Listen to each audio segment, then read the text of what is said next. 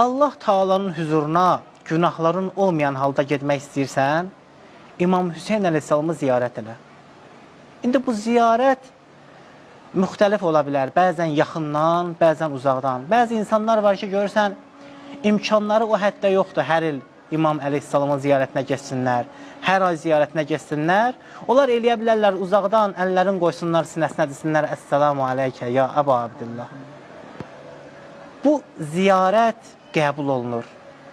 Vallah billah Əhl-i Beyt əleyhissalam bəhanə axtarırlar bizim barəmizdə ki, bizim üçün şəfaət eləsinlər. İmam Hüseyn əleyhissalam özü Aşura günü Kərbəlada neçə dəfə getdi düşmən qoşununun müqabilində dayandı ki, höccət onlara tamam olsun.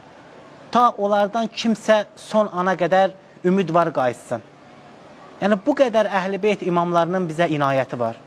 Ona görə tövsiyə eləyiblər ki, İmam Hüseyn əleyhissalamı ziyarət eləyin.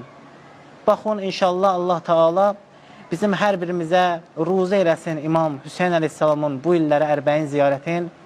Hər il görürsünüz də nə qədər insan, 20 milyon, 30 milyon İmam Hüseyn əleyhissalamın ziyarətinə huzuri gedirlər. Hələ bu bizim huzuri gördüklərimizdir. Görmədiklərimiz, uzaqdan imamı ziyarət eləyənlər nə qədərdir? Görün İmam Hüseyn əleyhissalamın əzəməti.